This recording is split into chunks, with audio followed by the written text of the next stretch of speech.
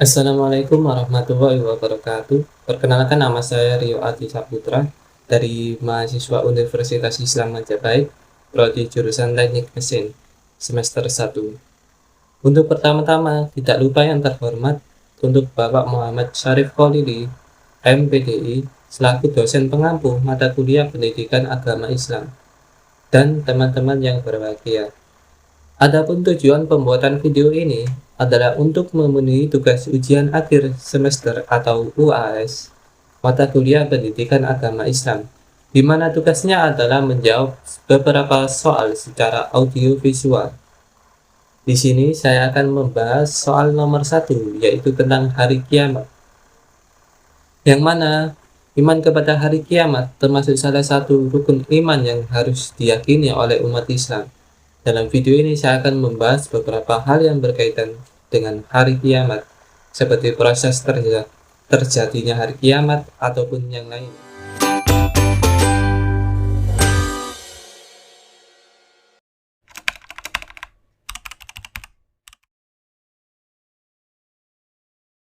Proses terjadinya hari kiamat. Sebelum terjadinya hari akhir, terdapat beberapa peristiwa yang menjadi pertanda datangnya hari tersebut. Mulai dari kondisi alam yang berubah hingga munculnya makhluk-makhluk aneh. Salah satu hadis sahih yang berkaitan dengan kiamat adalah hadis yang diriwayatkan oleh Imam Muslim dalam sahihnya dan juga diriwayatkan oleh beberapa perawi hadis serta diakui oleh para ulama adalah hadis berikut, yang mana artinya adalah dari Hudzaifah bin Asid al-Ghifari berkata, Rasulullah SAW menghampiri kami saat kami tengah membicarakan sesuatu. Dia bertanya, apa yang kalian bicarakan? Kami menjawab, kami membicarakan kiamat. Dia bersabda, kiamat tidaklah terjadi sehingga kalian melihat 10 tanda sebelumnya. Rasulullah menyebut ada kabut, dajjal, binatang atau at-tabbah, terbitnya matahari dari barat, turunnya Isa bin Maryam alaihissalam, keluarnya Ya'juj dan Ma'juj, munculnya tiga gerhana, yang mana pertama gerhana di timur, yang kedua gerhana di barat, dan yang ketiga adalah gerhana di Jazirah Arab. Dan tanda-tanda yang terakhir adalah api muncul dari Yaman mengiring manusia menuju tempat perkumpulan mereka.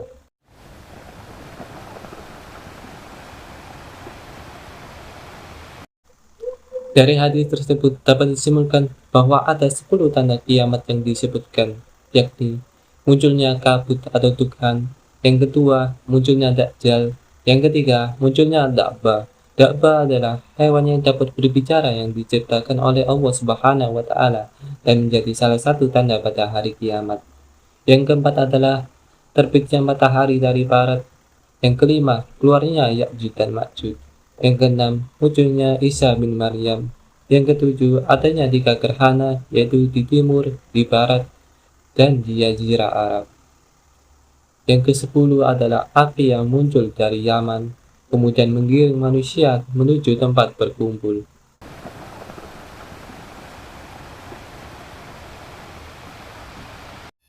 Terjadinya hari kiamat. Proses terjadinya kiamat dimulai ketika malaikat Israfil meniup trompet sangkakala.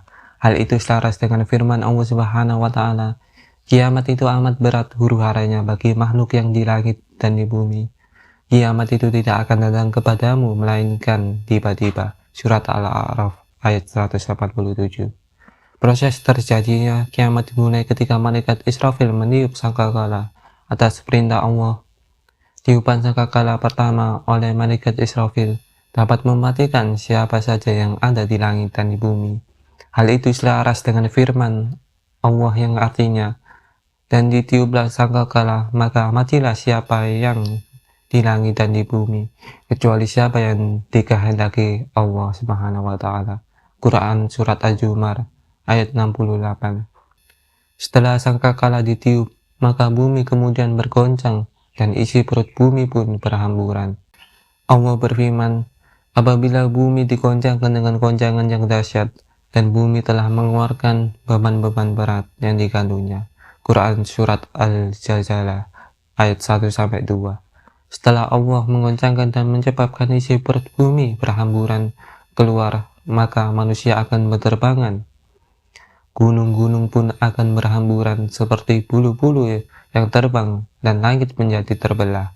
Hal itu sesuai dengan firman Allah, pada hari itu manusia adalah seperti anak-anak yang berterbangan, dan gunung-gunung adalah seperti bulu yang dihamur-hamurkan. Quran Surat Al-Qari'ah ayat 4-5. Setelah hari kiamat telah terjadi, masih ada beberapa tahapan sebelum masuk surga atau neraka, di mana yang selanjutnya adalah Yaumul Ba'ats. Pada tahap ini, seluruh manusia dibangkitkan kembali menuju padang mahsyar. Kebangkitan manusia pertama hingga paling akhir terjadi usai malaikat Israfil meniup sangkakala yang kedua. Adanya Yaumul Ba'ats dijelaskan dalam surat Yasin ayat 51, yang artinya, dan ditiuplah sangkakala, maka tiba-tiba mereka keluar dengan segera dari kuburnya, menuju kepada Tuhan mereka. Lalu selanjutnya, manusia dikumpulkan di padang mahsyar. Seluruh manusia akan menerima catatan amalnya secara rinci, tanpa terkecuali. Setelah menerima catatan amal, segala perbuatan manusia selama hidup di dunia dihitung dan diperlihatkan. Pada yaumul hisab, seluruh anggota tubuh ikut bersaksi, sesuai firman Allah Subhanahu wa Ta'ala dalam surat An-Nur ayat 24, yang artinya, pada hari ketika lidah, tangan, dan kaki mereka menjadi saksi atas mereka terhadap apa yang dahulu mereka kerjakan. Selanjutnya yaitu Yaumul Mizan. Pada tahap ini manusia akan menerima hasil timbangan seluruh perbuatannya selama hidup di dunia. Semua akan ditimbang melalui dari yang terkecil hingga paling yang besar, tanpa ada yang luput. Manusia yang selama hidupnya selalu beriman dan beramal soleh tentu bahagia menerima timbangan Allah Subhanahu wa Ta'ala. Namun berbeda dengan umat yang selalu melanggar ketentuan Allah Subhanahu wa Ta'ala dan Rasul-Nya. Setelah ditimbang, ada tahapan selanjutnya, yaitu Yaumul Jaza. Di tahap paling akhir ini, manusia akan menerima balasan atas segala amal perbuatannya. Balasan diberikan sesuai porsi tanpa ada yang luput.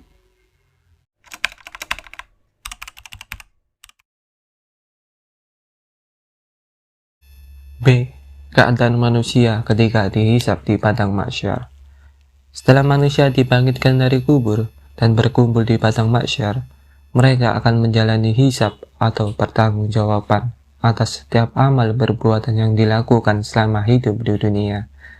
Menurut hadis, manusia akan berada dalam keadaan tidak berpakaian, tidak beralaskan kaki, dan belum berkhitan. Mereka akan merasakan teriknya matahari, karena jarak antara manusia dan matahari sangat dekat. Selain itu, manusia akan merasakan waktu yang sangat lama, di mana satu hari di akhirat sama dengan 1000 tahun di dunia. Manusia juga akan merasakan kehinaan dan kelemahan di hadapan Allah. Selain itu, terdapat 3 golongan manusia di padang mahsyar, yaitu golongan yang menaiki kendaraan, golongan yang berjalan dengan kakinya, dan golongan yang berjalan dengan kepala mereka disyarat oleh malaikat. Pertama adalah golongan yang menaiki kendaraan. Golongan ini menurut penjelasan para ulama berjalan menuju padang mahsyar dengan fasilitas-fasilitas seperti makanan, pakaian, dan menaiki unta yang pelananya terbuat dari emas. Mereka adalah orang-orang yang bertakwa, para nabi, para rasul, para wali, dan seterusnya. Golongan yang kedua adalah golongan yang berjalan kaki. Golongan ini berjalan dengan tanpa alas kaki, namun tidak memakai pakaian sehelai pun alias telanjang. Terkait dengan hal ini, Aisyah pernah berkata kepada Rasulullah terkait apakah mereka tidak saling melihat aurat. Rasulullah SAW menjawab, mereka tidak sempat untuk melihat aurat orang lain. Kenapa? Karena sibuk dengan urusan masing-masing. Golongan ini tidak terpengaruh dengan kecantikan, kemolekan, dan ketampanan orang lain atau melihat aurat orang lain, karena sibuk dengan urusan diri sendiri. Golongan ini adalah golongan orang-orang yang muslim, tetapi menjadi pelaku dosa-dosa besar. Kemudian golongan orang-orang ketiga adalah golongan yang berjalan ke padang mahsyar, namun kakinya di atas dan kepalanya di bawah. Golongan ketiga ini berjalan dengan kepala mereka diseret oleh malaikat. Inilah golongan orang-orang kafir di padang mahsyar. Matahari hanya akan berjarak 1 mil dari kepala manusia. Semua yang ada di situ akan merasakan panasnya sengatan matahari, sampai tubuhnya hancur. Kulitnya tercapit-capit dan tulangnya berserakan. Namun Allah akan mengganti dengan kulit baru, lalu dibangkitkan kembali, akan merasakan azab, dan begitu seterusnya. Hal ini tercantum dalam Al-Quran Surat An-Nisa ayat 56, yang artinya, setiap kali kulit mereka hangus, kami ganti kulit mereka dengan kulit yang lain, supaya mereka merasakan azab.